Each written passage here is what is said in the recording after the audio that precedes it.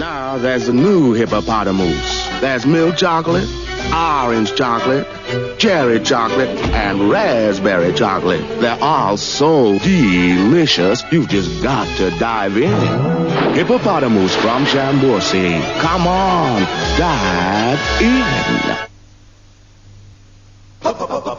Penguin to the penguin. Man can't do it, just can't do it. Penguin to the penguin. Penguin to the penguin. The man can't do it, he just can't do it. Go for the chocolate. Ha! Live for the biscuit. Penguin, penguin. The dog can't do it. No way can he do it. To the penguin, to the penguin, to the penguin. Penguin.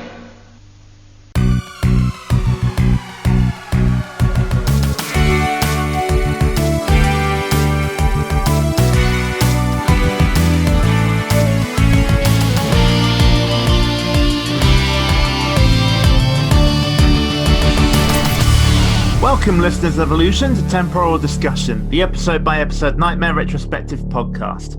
I'm one half of the Gestalt entity known as the Two Night Martins, Martin Harder.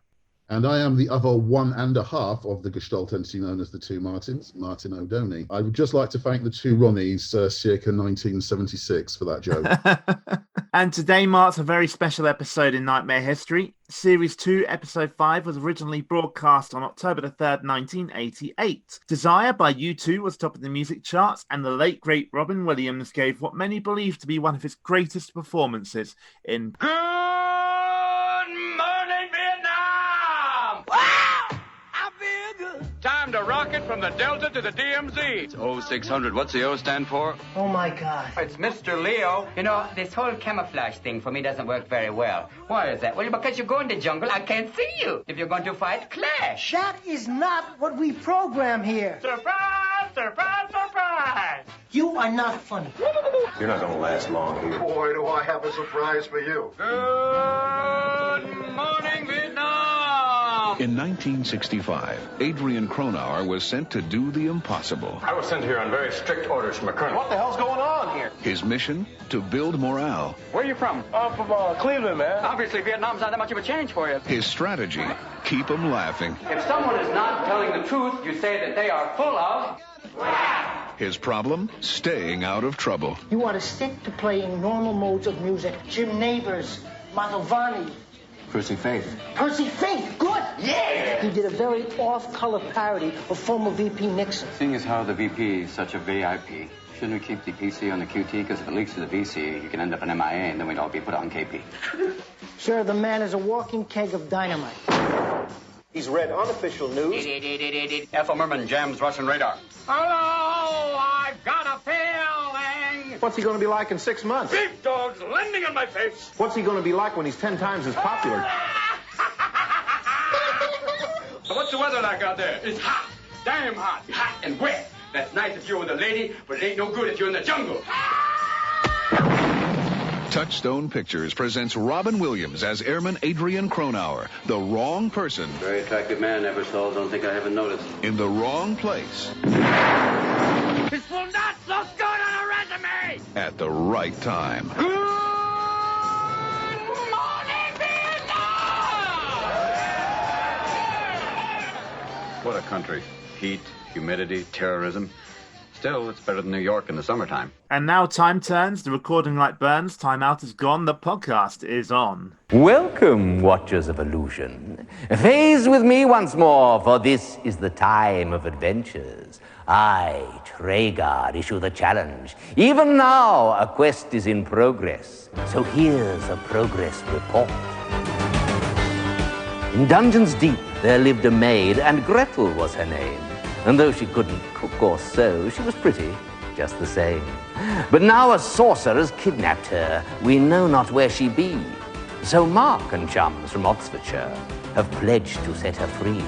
So far it's not been easy getting past the dungeon guards, and no one told them spiders were ever meant to grow that large. Ever onward, ever downward goes this team upon their quest. Will they fail the final challenge? Or will the dungeon give them best? So, the Dungeon Ditty. No noticeable virtual rhymes this week, but I'm not really sure about the phrase, will the dungeon give them best? I don't think there are any virtual rhymes as far as I can tell, but sometimes when they just accept they can't do it and therefore just come up with anything that actually does rhyme, it almost makes it even worse. Yeah. Will the dungeon give them best? I mean, I'm not absolutely sure what that means. So I'm not mishearing it then. That is what it says. Oh, yeah, as far as I know it is, yeah. So we joined the team at the Vale of Mogdred amidst the exchanging of a ruby with Olaf for safe passage. There's not much more to say here that we didn't cover last week, so we'll move on to the next chamber. Okay, keep going straight. Very pretty. Where am I? I'm in a room, there's a large monster. A dire warning, team. A catacomb bite is on guard here.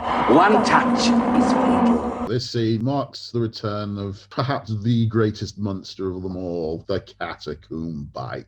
They seem to have been doing some work on the resolution of the image now because it's been superimposed rather more clearly this time around, and so we can make out more of the detail, more of the gnarled bones that the creature's body is made of. So it makes it very clear that this is bones from somebody who died a horrible death, warped and brought back to life. It makes it even scarier. Underneath the creature's head, we've got a letter R, which is clearly the follow-up to the letter F that they picked up in Ariadne's lair in the previous episode. But in order to collect it, they're going to need just a touch of magic.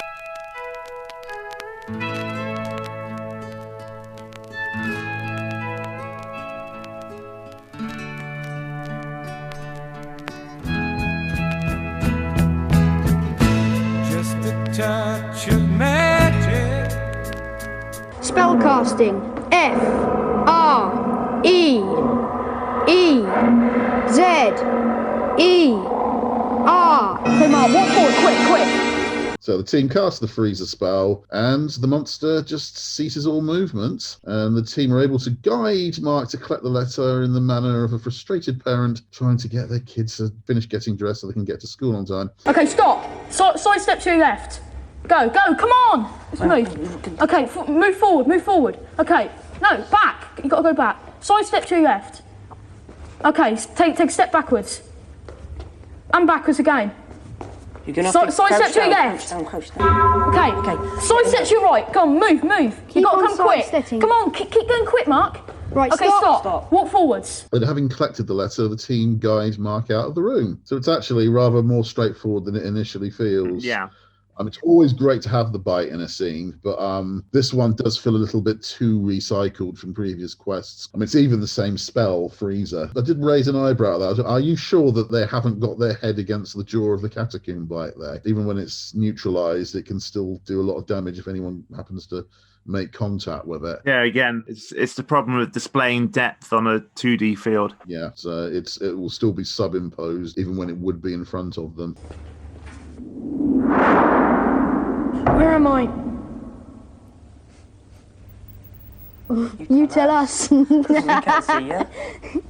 It's the old dark room trick again. It's a good thing Mark's still holding the candle from last week's episode, and it's an even better thing that the candle turns out to be magic. Magic candles need no matches. Thank goodness you've chose it, team.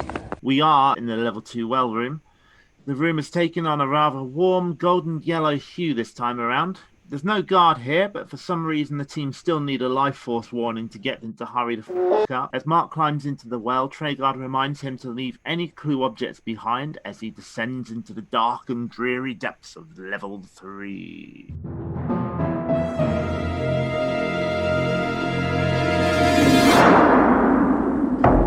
Where am I? Looking like you're in a cavern. Life force warning, condition red. A sprig of energy is here, but can you reach it in time? Cavern White's about. Mark has landed in the usual level 3 entrance, the skeleton room. It looks like the cleaners have been around today, though. Aside from a few skulls in the walls, there's no skeletons to be seen. There is, however, a sprite of energy that Mark sorely needs. With Cavern Rights in chase, he manages to collect it and leave the room. Their manoeuvring's got really good here. Yeah, it's actually some of their best manoeuvring in the entire quest. Yeah. It's actually so tidily done. I'm not sure there was any need for one of the advisors to panic quite as much as he did. Yeah, Mark himself has got a lot more confident with moving with a blindfold on as well. There were times in the early levels when he was just slightly struggling to trust his advisors, but he seems to be completely relaxed with doing what they tell him now. They're out of there. fairly quickly and fairly smoothly. The life force clock has been refilled, and so they get out of the room and come face to face with an unpleasantly familiar face. Where am I? And Mark, you're in a sort of room. Dire warning, team. This piece of ugliness is a gargoyle and suffers from acute depression, probably because of its ugliness. Persuade it into better spirits or perish, for its pessimism is draining your life force. Okay, Mark. Don't stare at me. I'm too ugly to be stared at. You say he's really I'm nice. twice as ugly as sin. This is essentially the same challenge the team faced in level 2 with Cedric. But it is always funny to hear Mark telling the gargoyle how lovely he is. You're lovely. Yeah, okay. Just to make clear to everybody, it's another gargoyle. This appears to be Mug from Season 1.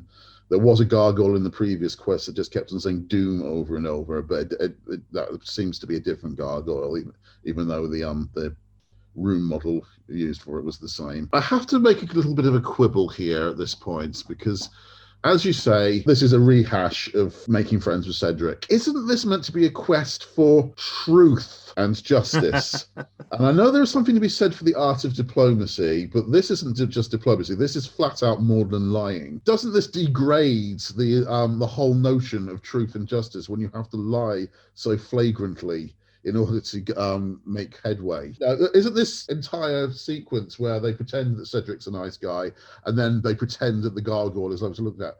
Isn't this teaching children that lying always pays? Maybe I'm overreacting again here, but this is basically, it is just flat out lying, isn't it? Maybe he is lovely when you get to know him. Yeah. And he's beautiful on the inside. You're really nice. Keep going. Tell me. You're the most beautiful creature in the world. Oh, it's no good trying to cheer me up. I like looking at you. What about my face? Your face. Do you think I have a noble face? Yes, I do. It's the most noble face I've ever seen. So you like his eyes? I like your eyes. You think I'm charming? Yes, you're lovely. What about my wit? So you're very witty? You're very witty. You're very intelligent. Oh no. I'm just old and... So you're really young looking? You're really young. Nobody looks at gargoyles anymore. Yes, they do. You look really young. Keep going, Mark. Come on, keep going. You're really young. You're so beautiful. I love you. You're amazingly young looking. Well, I must say, you've made my century. I feel almost optimistic. I'd never realized I was such an attractive gargoyle. Yes, you are. It's good to have friends. What's your name, friend? Mark. Well, I tell you what, Mark. If you like, you can stay here forever and admire me. Is that what you'd like? So you'd really like to, but you must carry on to free a person. I'd really like to, but I've got to free a maid. Oh, well, I suppose if you've got to go, you've got to go. Now, where did I hide that door? Oh, yes. Okay, Mark. There it is. Now, listen, Mark. I'm going to give you a spell. It's called Sun. It's not a very exciting spell, I suppose, but it's all I've got. Farewell. I like the way at the end, by the way, when the gargoyle rewards them with the sun spell, he says it's not a very exciting spell. And I'm just thinking, I'd love it if Mark said, "You're right, that spell's boring. Take it back and give me a more interesting spell." I'd have liked that. But Mark's flattery almost works a little too well, as the gargoyle suggests that Mark might stay there forever and admire him. I can't understand why they declined such an opportunity. The gargoyle tells Mark that since he's cheered up, he's going to give him the spell Sun. Before the gargoyle's mood drops, the team guide Mark out of the room. Just a little bit of trivia there. If you look really closely at the shadow, there's one of the doors is revealed when the shadow suddenly gets cut into two pieces. A ray of light suddenly shines right down in the middle of it and creates two much smaller shadows. If you look very closely at the shadow on the right, there's actually a third door. I didn't notice that. If you ever manage to get to look at the Nightmare board game, there's a version of the Gargoyle's Chamber there where there's no shadows and you can see all three of the doors. Turn to your left. Okay, walk forwards. Where am I? Okay, Mark, you're in a room and there's the E we were looking for on a table. Something you need here, team, and oddly enough, unguarded.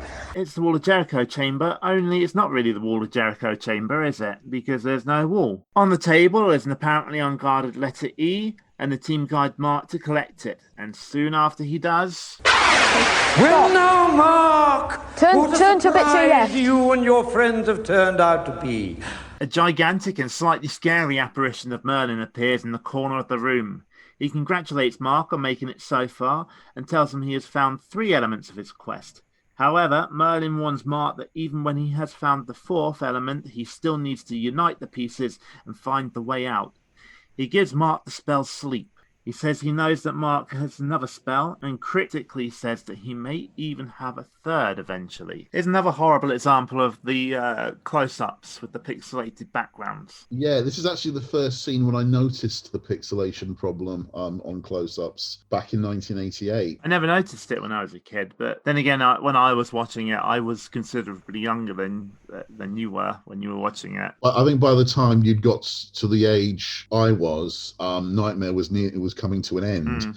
Of course, the images by season 8 had far more clarity to them. I'm not absolutely sure about this, but I think Broadsword Television, the production team, I think they got a new computer every single season to do the work so that they could provide higher quality images. The graphics were always done on Amigas, because Amigas at the time were well ahead of the PC in terms of the graphics they could produce. By the mid-1990s, the PC had pretty much caught up, but at that point, Nightmare came to an end anyway, so they didn't even have to do the switch over. You can learn an awful lot about the software revolution just from studying the history of Nightmare. It is quite curious. Amigas were still used for special effects quite well into the 90s. I mean, they used it for the special effects of Babylon 5. They also used them for the computerized images used in Titanic as well, believe it or not, and that was 1908. It was still a useful machine. It just wasn't advancing as quickly as the PC was. Maybe if Commodore had concentrated more on keeping the Amiga relevant rather than trying to enter the games console market. Yes, I would say there's something in there. I mean, Commodore had a very successful sort of 15 years. It had a very good run. You know, the old Commodore 64 for a while was probably the most advanced computer on earth, but that was back in the mid-1980s. Anybody released a Commodore 64 now would be seen as a bit of a joke. I suppose there was always going to come a point when they were going to make a wrong turn sooner or later, because a lot of the time they were sort of fumbling in the dark trying to find what would be popular and what wouldn't. As I say, there's nothing actually wrong with the Amiga as a computer. It was, in its time, it was excellent. It's just, for whatever reason, people went with PCs instead. My Amiga 500 is still sitting on top of my wardrobe at the moment. Being protected, or is it just... awaiting repair, actually. Oh, right, okay. Good luck finding anybody who'll be able to do it. Oh, I can do it. It's just, I can't be bothered.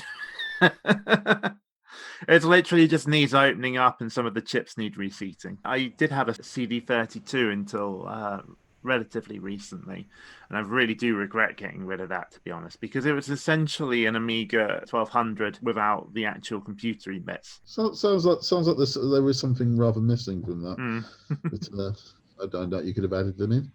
Yeah, you could buy things that allowed you to plug in a hard drive and a keyboard and essentially turn it into an Amiga 1200. They were expensive then, and they're even more expensive now. A lot of the time with the CD32, the controller actually costs more than the console. Well, that is actually kind of depressing. Now, be off with you. It is a short path now, but a dangerous one.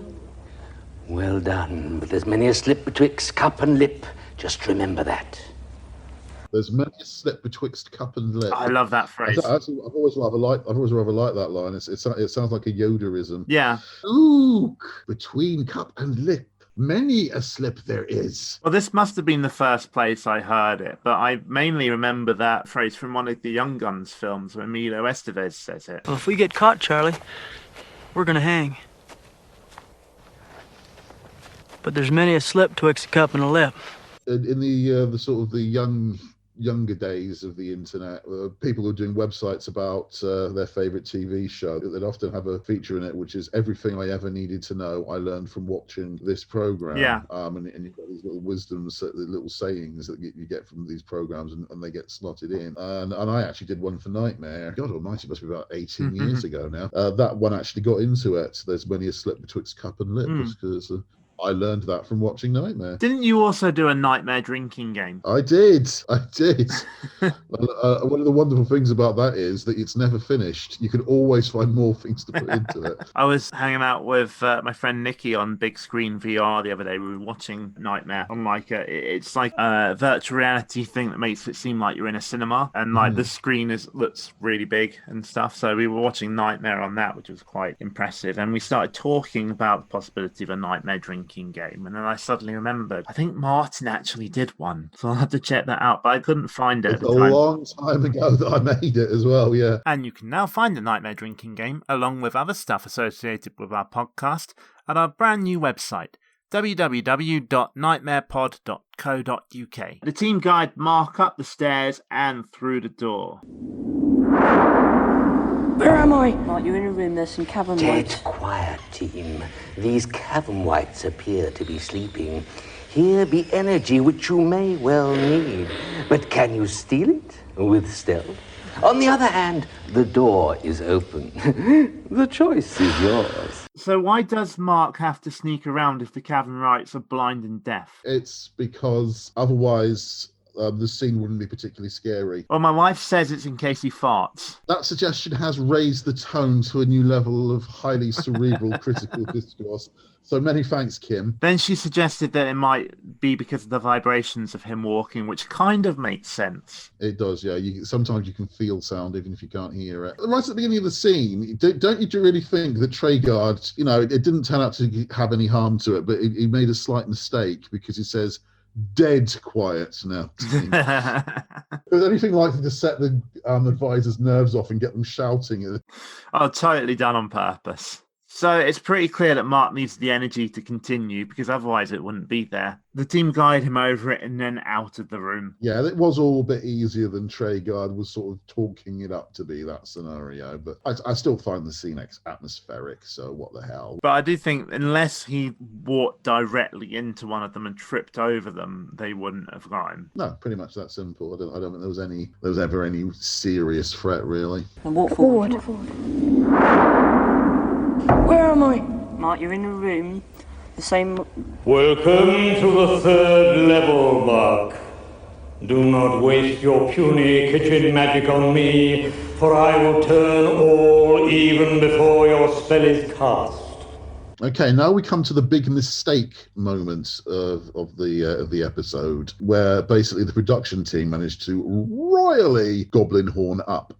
They enter the skeleton room again, which they'd already been in when they entered level 3 about 5 minutes ago. Had they just run out of rooms for level 3 and they just thought they'd sneak this one back in and hope that nobody would notice? I think they kind of hoped that because Mogdred was making an appearance, that was what people would concentrate on. Maybe they did. My question is, why didn't they just put this scene at the beginning of level 3? This is what I was actually going to say. It would have been much more sensible to have Mogdred appear in this chamber right at the beginning of the level, because that would also mean his threat lingers longer. Yeah. And any threat that comes from the subsequent rooms, you feel you can put down to him. As it is, they put this really quite close to the end of the quest. Yeah.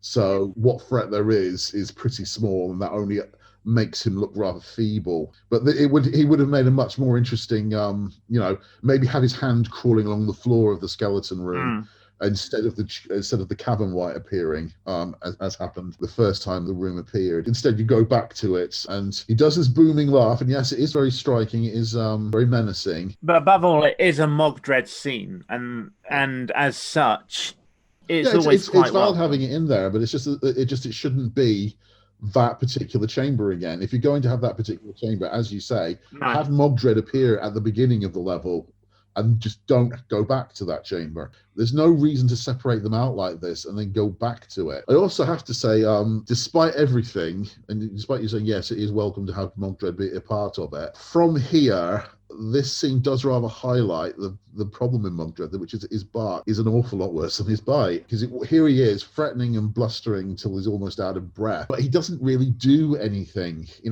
just sort of vanishes and lets the Dungeoneer carry on regardless. And the threat that follows, there's not really a great deal to what comes next. And so you're thinking, well, why didn't Mugdred just kill him on the spot then? Because did he really think that what would follow would be guaranteed to stop a Dungeoneer who's got this far into level 3? So even there, you could say that Mugdred's presence is more problematic than a useful addition. It just makes him look really quite feeble. But anyway, Mugdred attempts to persuade Mark to swear allegiance to him, and the team discuss what to do.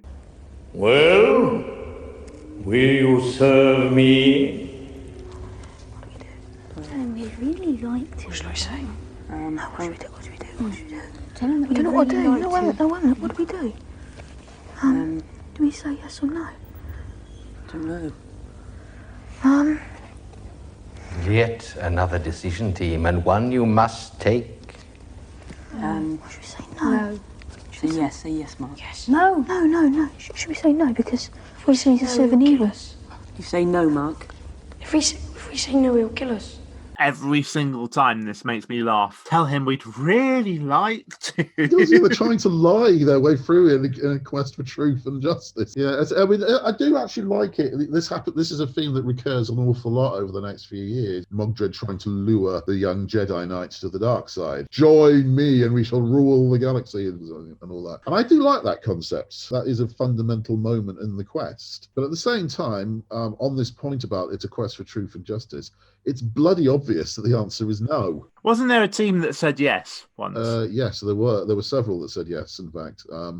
One of them was kidding. The other one genuinely meant it and didn't last much longer afterwards. The other one who was bluffing was in season 4. They were dealing with malice rather than Mugdred. That would have been Dickon, wouldn't it? From Devon, like me. It's obvious that ultimately you have to refuse here, because if you win while serving Mugdred, well, doesn't that defeat the whole object of the exercise? It's like blowing up the Death Star and then just telling the Darth Vader, okay, you're Emperor now. And after much deliberation, the team advised Mark to say no. Take it, Mark. Take the chance. Shall I say yes then? No. Say no. No. Very well. I could, of course, crush you. But why bother? I enjoy observing fear. I shall enjoy observing yours. Quick, Mark. From the perspective of him as a character, the fact that he just walks away instead of actually doing something, even if it's just suddenly making his giant hand appear and reach towards the dungeon, make him do something. That's the thing. It doesn't even have to be particularly dangerous, but just something that makes it look like he is a threat and that he could do something terrible. Just walking away like that, it just neutralizes any impact he has. Okay, grab the banister and walk down. Curious. A fine stained glass window, but wasted here in the dungeon depth where daylight cannot reach. So we're at the stained glass window chamber. What I would say about this is, objectively looking at it, not necessarily as a puzzle, but just as a piece of architecture, this is an absolute beauty. I absolutely love this chamber. It's in some ways it doesn't really fit in level 3, not at least because you have to have sunlight for a stained glass window to work. Something that bright and colourful almost appears out of place in level 3. But it is objectively a fantastic thing to look at. And it is scary, not so much because of how it looks, but because when a dungeon is in there, some bright spark in the production crew plays the sounds of disembodied footsteps in the background. If you listen carefully, you can hear the sound of somebody taking footsteps, and you keep looking from side to side, wondering where it's coming from. So it does actually work really well, just having those disembodied footsteps in the background. Yeah, do we know who it is? I think it's meant to be a playing card. It might possibly be a historical figure, maybe Eleanor of Aquitaine, although I can't recall seeing a painting of her that looked quite like that. Eleanor of Aquitaine, she was the Queen of England during the Angevin Empire era. She was the wife of King Henry II, late 12th century. It could be her, which would fit in with the idea of when Nightmare is supposedly set. But I'm not sure.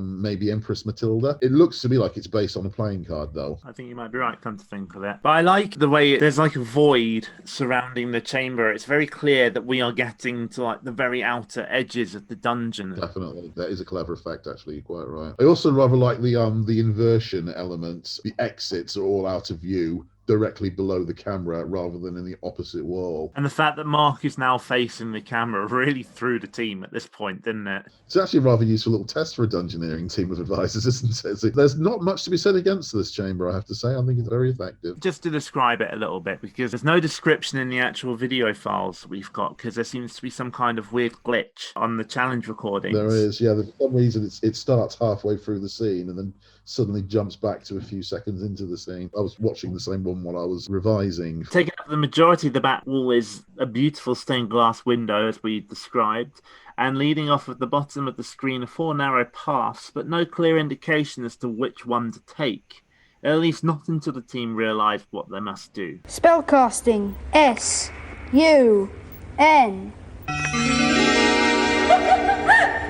That way.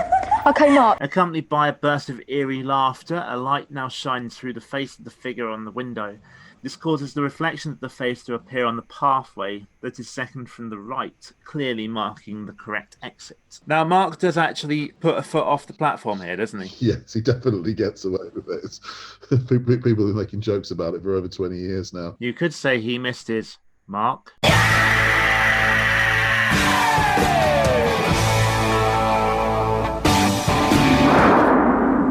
Where am I? Okay, Mark, you're in a room. It's a dark room, and there's one that it's lighting up. You know, there's that quack in there, isn't there? Yeah. He's got to be pretty careful. And there's a door, if sort of to the right of you. Okay, Mark, if you can start walking forward, and we'll tell you to stop. Very slowly. Okay, stop. Right. Okay, can you take a side step to your right, please? Your right. That's okay. Great. Now can you take a step forward? Very small. Can you take a very small step forward again, please? Very small. Yeah. Stop. Okay, we'll walk forward. Okay. Stop. Good. What do we do now?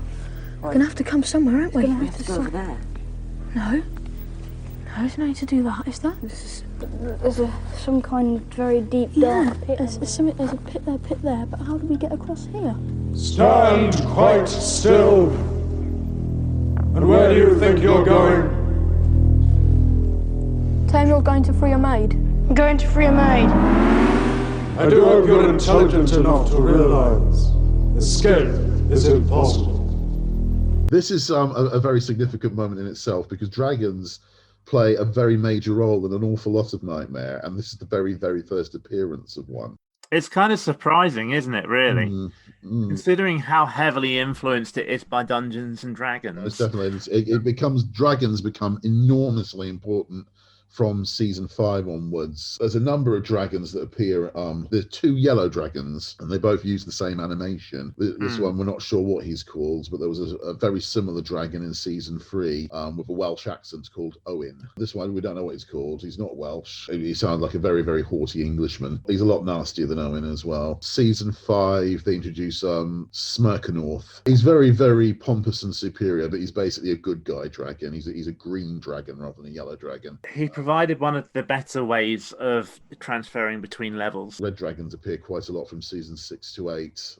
One called Red Death, called Firestorm of Marblehead, who was actually originally called Balshabar, but then had a new personality programmed into it using techno sorcery. There's snapdragons, which are tiny little dragons that try to catch dungeoneers as they're making their way through goblin tunnels. There's also Snapper Jack, who has a pet snapdragon, which he carries around with him. Snipper snap, snipper snap. Less said about him the better, though, because he's a bloody character.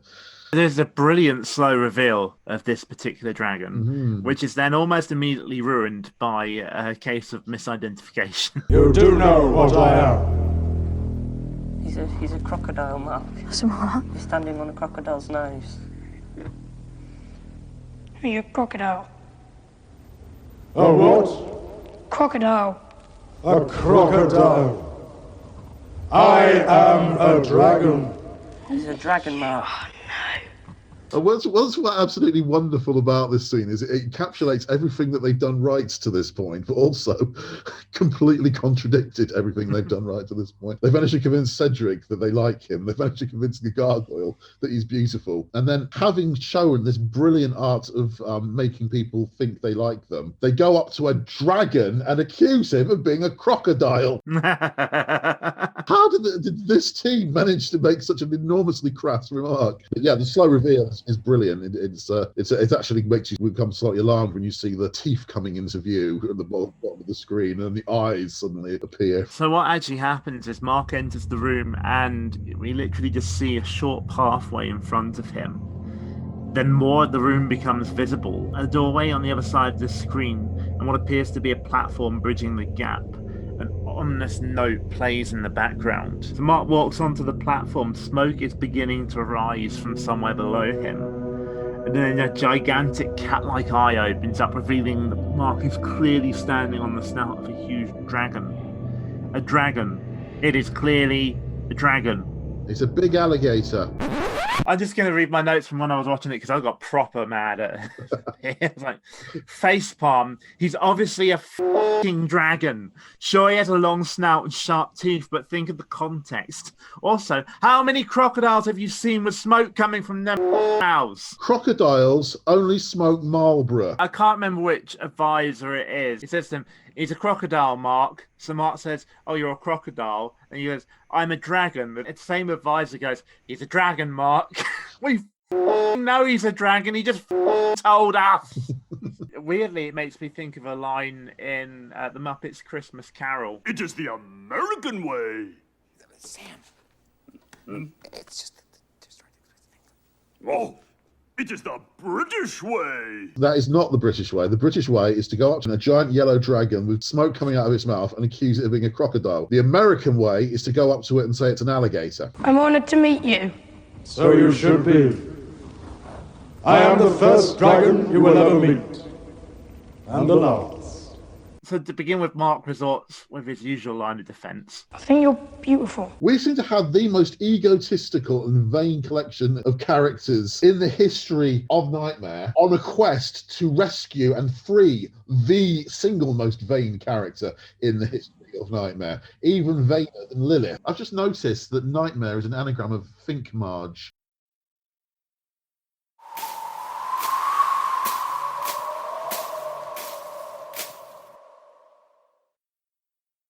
So they cast the sleep spell. Spell casting. S. L. Right. E. Time's up. E. P. Magnificent Doctor. It's a shame I can't show you the rest of me. But we haven't got... Okay. All... No, we've got to come down here, haven't we? All right. And it works. It actually puts the dragon to sleep. How they haven't worked out where they're supposed to go by now, I don't know. They're probably scared of waking the dragon by walking on its nose. In the later scene the dragon appears in, they don't have to put him to sleep, and they just and the dungeoneer just walks along his nose regardless. But here, they're not only scared of they're scared of waking him up. There's clearly no other way to go, and they're already standing on his nose anyway. Can't argue with that. No, he's got to come out here. Sidestep to your right. No, he's got to come out here. Hurry, team, exit through He's got the to come door. forward. Okay, Life Mark, force energy can you take draining. side steps to your right, please? Keep going. Side steps to your right. Can you please keep going? Traeger puts them in their place, and they guide Mark along the dragon's snout and through the exit. Walk forward. Okay, that's it. Now keep going. Where am I? Okay, Mark, you're on the end. Come on, team, life force energy low. You must charge ahead now, or all is lost. Okay, Mark. Remember Merlin's words, find the way out. And now we're into even more unfamiliar territory, and yet not entirely unfamiliar. No, this is very clever. The team have reached what appears to be the edge of the dungeon. In front of them are a few flagstones and a guillotine with an evil-looking face above it. Walking under this guillotine appears to be the only way out. But before the team chants it, they have to collect the letter E that is off to the left. They do so and then carefully time Mark's path through the guillotine in order to avoid the falling blade.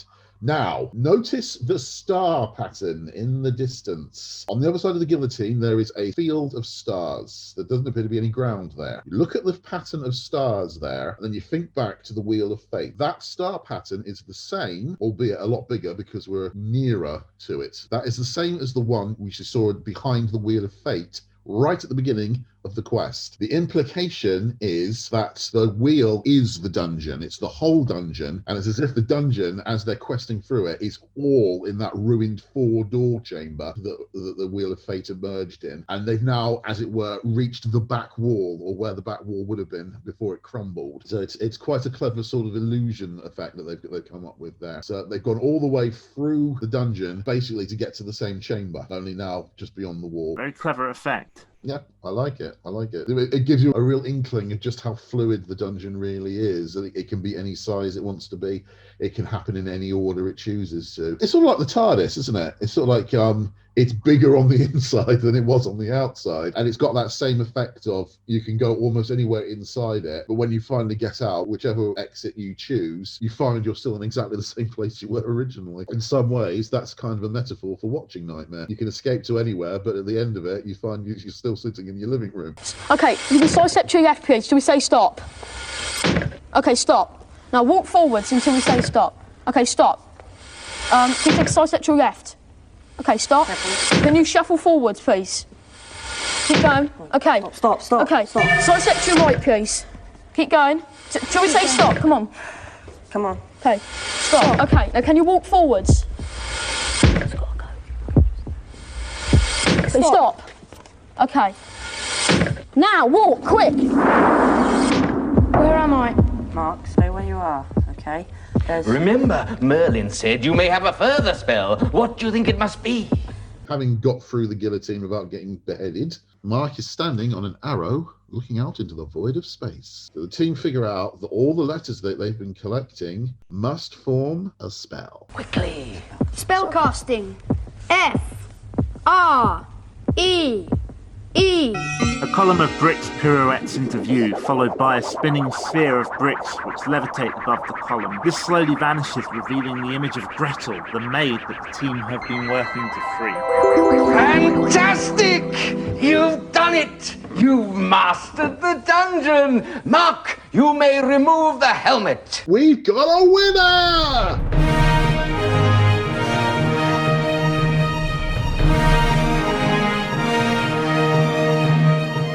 We have actually got it. We've got a winner. We've finally seen what it's like to actually have a winning quest. Yes. After 9 intrepid dungeoneers have met their untimely deaths, we're finally here. We finally made it to the fireworks factory. Fireworks factory! Yes. Back in 1988, I was genuinely as pleased as I am when my favourite football team wins the FA Cup win. This had become as much of a sort of spectator sport to me as football, that I was just pleased as punch to finally see somebody had won it. And I was celebrating just like the moment the captain lifts the cup or something. It was such a great moment because I even though it had only been 9 previous teams, it did feel like a lot more. And I really was getting to the point where I was thinking, nobody's ever going to do this, are they? Nobody's ever going to be able to win it. And then suddenly it happened, and because it seemed so impossible, oh wow! I felt real joy. It was real heart raising moment. Wonderful moment. Yeah. It was definitely a big moment. I think in future they would handle winning quests better, but this was a defining moment of the series. Like you say, this is the point that we found out that yes, it was actually beatable. Yeah, it was the point when we found out for sure that there were only 3 levels, but it did show that actually this is entirely possible to do. You just have to not be stupid, basically. In hindsight, you tend to realise that an awful lot of the quests came to an end because the team just weren't very good. It wasn't that it was that difficult. It was called the toughest game show on television, and in some respects that's true. But if you were sensible, you could do it. So you could argue in hindsight maybe there was a downside to that, which is that suddenly the dungeon didn't seem quite as terrifying a place anymore. But I was still scared watching Nightmare for some time yet after that, so I don't think that was a problem. But in some ways, there's never a problem with establishing that there's hope. You know, let's say there were 3/4 of the way through season 4, and all that time still nobody had ever won it.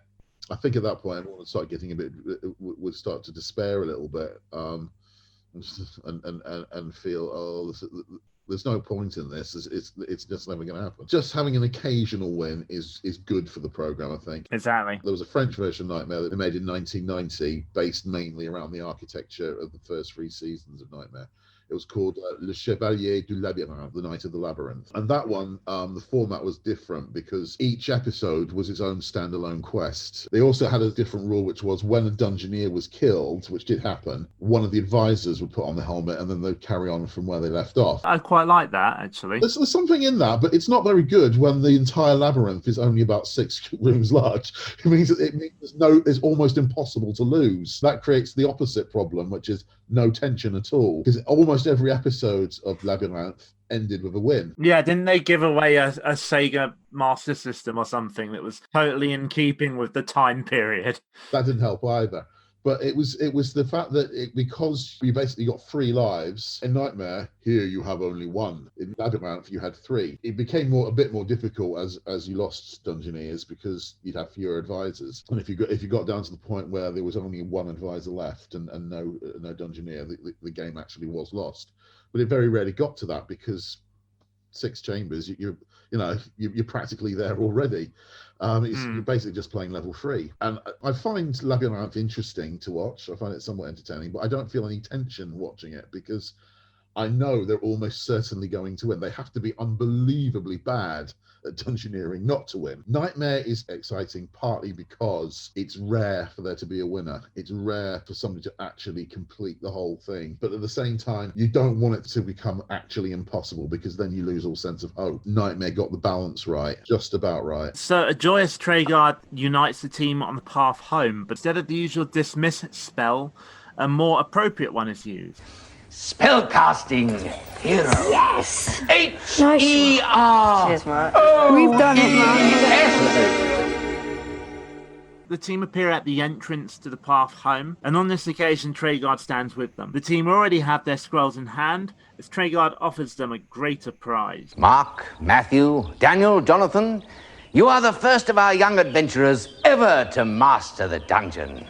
Yay! Others will no doubt follow, but that glory will always be yours. Here is the symbol of squiredom which your success has earned you. But your true reward is, of course, your achievement here. I salute you. We all salute you. As great as this scene is, it's slightly ruined by the fact that the symbol of squiredom has the words Anglia Television and 1988 blazoned across it. I still prefer it to the Fright Night trophy that was given out in later years. Oh no, I loved the Fright Night trophy. I didn't. Okay. That's like beating an opponent, and then you sort of pick up the head and sort of hold it up. Yeah, one of them appeared on eBay a few years ago, probably about 16 years ago now. I actually bid on it, but I bid like £40. It sold for like £300 or something. You're going to have to really, really be rich to go for one of those things. Thanks to Nightmare.com, we actually have the audio from a brief interview that Mark did with CITV, which was shown after the programme. Right now, the winning dungeoneer. Hello, Mark. Hi. Hi. How did you enjoy doing the competition? Did you think the dungeon was unbeatable? Yeah, really, because no one before us had ever done it. So it's really nerve-wracking. Yeah, absolutely superb. Would you fancy having another go? Yeah, I would, because no adventure's ever the same, so, you know. Yeah, well, what I've got to say is congratulations to you and your team, Mark. Thanks for listening to me. Bye-bye. Bye. And bye-bye to you too. See you tomorrow. You could tell he was really proud, not just knowing that he won it, but that he and his teammates were the first. As Treguard himself says during the farewell at the end, he said, that glory will always be yours. Others will win, but you will always be the first. Yeah, I do think to win it in those early years was a genuine challenge. You also had, like, in later series, the end of series, the last quest was almost guaranteed to win. Yeah, they wanted it to end on a happy note. You got these much more heavily very set-piece oriented end of quests. Yes, it was when they started making each series its own like self-contained story. And they wanted it to be a happy ending. I'm not sure I completely approve of that. But it has to be said, the first few seasons, quests get interrupted in the middle of nowhere, and then you start thinking, well, what was the point of them even starting? So I suppose you can see an argument for it. When a season just comes to an end mid-quest, it does leave a bit of an anticlimactic feel. I love the way that when Traegod turns and shrugs and walks away saying that the dungeon salutes you and all of that, he very, very clearly steps off the side of a cliff. Yes. Did nobody point out to Hugo from the producer's office? But don't go that way. They could actually have dungeoneered him away. Turn to your left. Left, right, now take a side step. Love it. Absolutely love it. So let's discuss the team themselves then. Do you think it was a deserving win? Yes. I think, there's the odd sort of rough edge in their performance. They certainly seem to have one or two rather strange brain freezes in level 3. As you pointed out, leaving the Dragon's Chamber. What else were you going to do if not walk along the dragon's nose? They were very much overthinking. There was literally nothing else in the chamber so there's nothing else you can do. So there were moments when they seemed to hesitate for no reason. Because their general performance was pretty close to error-free, I think you have to say they do deserve the championship, but I don't think they deserved it any more than Team 3. I actually do think Christopher's team was probably marginally better than Mark's. But that's not Mark's fault. That's not his teammates' fault. That was just the way his particular quests happened to unravel. Just looking at them in isolation and say, yes, they're good enough to be worthy champions. Were they the best team in season 2? Probably not. No, I'd agree with that. Were there any standout moments of the quest for you that really kind of caught you? In terms of entertainment, you've got to love Cedric versus Gumboil. just to laugh. As I said at the when we were discussing at the time, that kind of indignity does not do Gumboil any favours in terms of being a threat. No, I do still love the way that Cedric just steps on him as he walks over though. I do rather love the very, very dishonest way that Gumboil says, I wasn't ready. Oh, shut up. You had your sword poised all the way above your head. You were about to try and slice Cedric in two. That was certainly enjoyable. Not so sure about the Toads thing in level 1. It was the first appearance of a dragon in Nightmare. There would be a lot of them to follow. This stained glass window chamber gets its first viewing, and it is, as we said earlier, an absolutely gorgeous bit of architecture. David Rowett is absolute best there. First view of the exit from the dungeon, which I think is actually quite a clever design. There's a lot to like. There's some bits, as I said, that look a little bit ragged, especially in level 1. But all in all, it's an entertaining quest. It wasn't quite as fast-paced as Christopher's, but it was still fast-paced enough. The whole thing was only about 42 minutes, I think it was, the entire quest from start to finish. Tim Child often complains that he gets frustrated with the early seasons because they were so slow. In Season 5, there's a quest that lasts 1 hour and 3 minutes, and it doesn't even get halfway through level 3. I think actually the slow pace wasn't a problem specific to the first 3 seasons. You could well argue that some of the things they did afterwards made it even worse. Traegod's got no time for celebration, though, as he calls in the next victim. Farewell to our first champions, and welcome to our next victim. Enter, stranger. And he's not even trying to hide it now. He's literally just calling them victims. I love the sinister side of it, as you know. Name yourself, please. Tony Butcher. Well, Tony, call your advisors and let them introduce themselves. Tony, Dean, Craig, come. Who guides this dungeoneer? Craig Sneshel from Ashford, Kent. Tony Williams from Ashford, Kent. Dean Heitman, also from Ashford, Kent. Your challenge is accepted. Traegod explains the rules, boots Tony through the door, and another quest is already underway. Your life force is green, and your cause is just. So face the dungeon door and step boldly forward. Where am I? Okay, Tony, you're in a room with a hole in the wall in front of you, and it looks like there used to be a door there. You've got a kind of meteorite thing coming towards you that's spinning. It's opening up, and it's spinning round in the centre. In any game of chance, there's always a wheel of fortune, or in this case, fate. Quickly, team. Tony must halt the wheel or stay here forever. The brake levers by his right hand. Stop!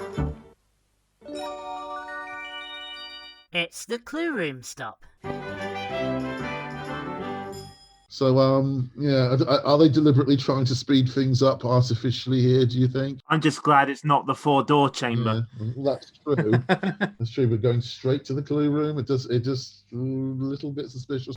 Tony, come round. Well done, team, well done. Fate has been kind to you. You've avoided much peril and jumped straight to the level 1 clue room. Now don't waste your good fortune. All must be earned, team. All must be earned. Your first trial is imminent. I'm not completely sure why Traegard is telling the team well done here. There's no great skill to being lucky. Going straight to the clue room from the Wheel of Fate is either pure luck on the part of the wheel, or it's pure luck about the mood the production team happen to be in. It's just trying to keep up the pretense that there was some kind of skill in pulling the lever at exactly the right moment. Possibly. Much as I love the Wheel of Fate and wish that they'd retained it for later seasons, I do not accept that it was anything other than premeditated outcomes from it. By all means, acknowledge the fact that they've been lucky. Don't congratulate them on being lucky, though. Don't tell them well done. So, on the table are an apple, a fish that is rather obviously a red herring, a bottle of ground bat's wings, which tells us it's going to be a Mildred quest, and a silver bar that the team mistake for a snuff box. So this is the second time this has happened. Was snuff boxes just more prevalent back then? Back in the 1980s. I don't know. It is rather suspicious that children keep on saying, is that silver bar a snuff box? Why a snuff box particularly? Well, the thing is, after having heard it referred to as a snuff box and looking at it, I can actually see a snuff box. Yeah, there is. I mean, I suppose you could even do it with a gold bar as well, but you could see it as a spectacles case or something and make as much sense as seeing a snuff box there. Why are children asking about snuff? Well, I guess it's, children have parents and they have grandparents especially. Oh, that's right, blame the parents again. It's blame the parents time. Yeah, okay, I'm with you. Yes, I'm with you. Do you think there's a link here? Because Traegard did appear in a film, or rather Hugo Myatt did appear in a film a few years back called Snuff Movie. So maybe there's a link there. No. So anyway. So Traegard reminds the team that rewards must be earned, and with this, Olgarth appears in what might just be his clearest manifestation yet. I am Olgarth of legend.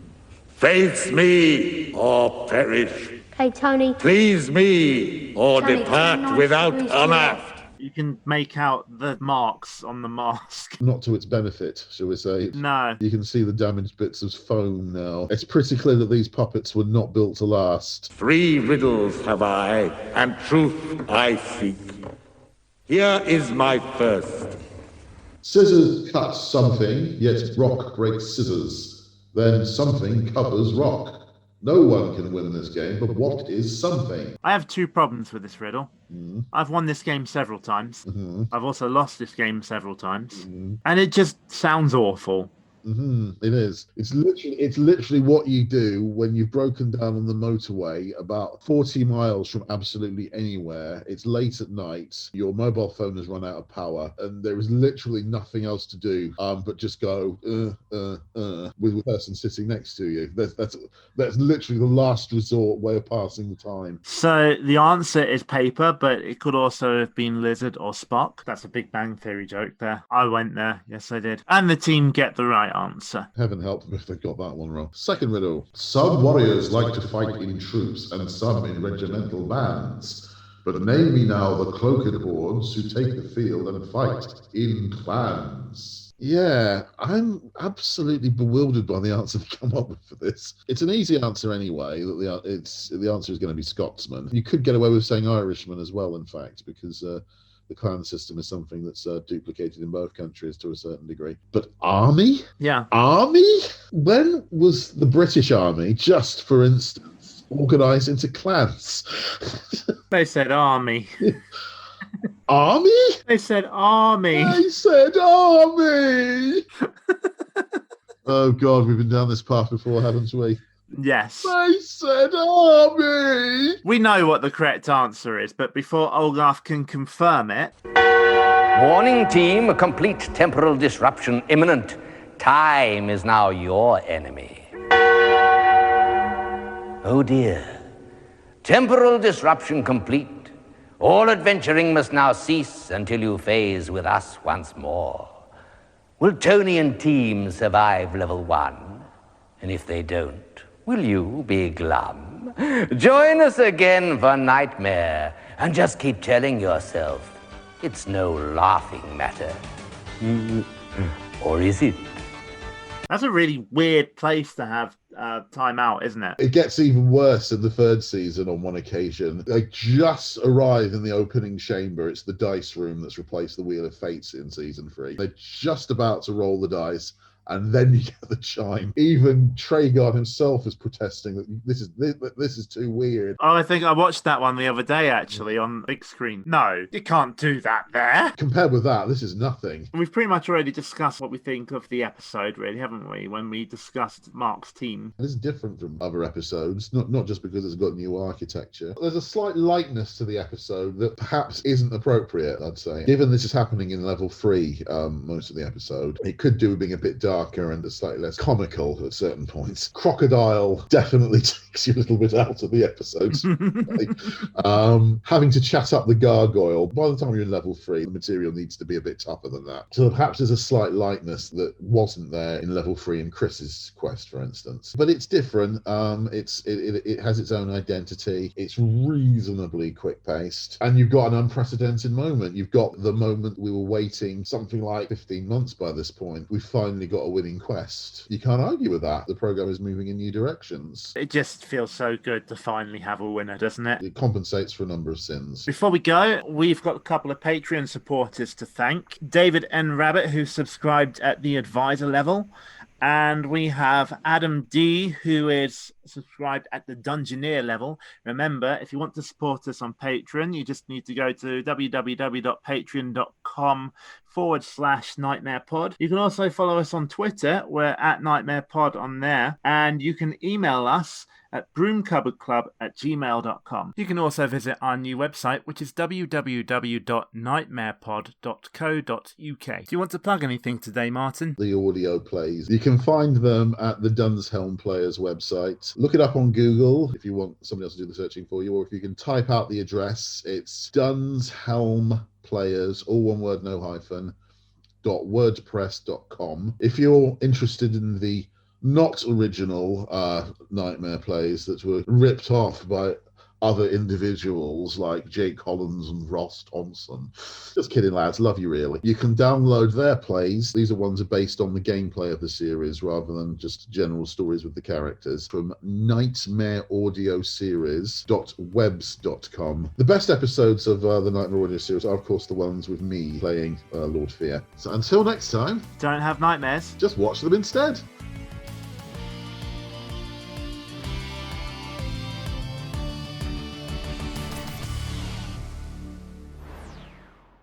Crocodile.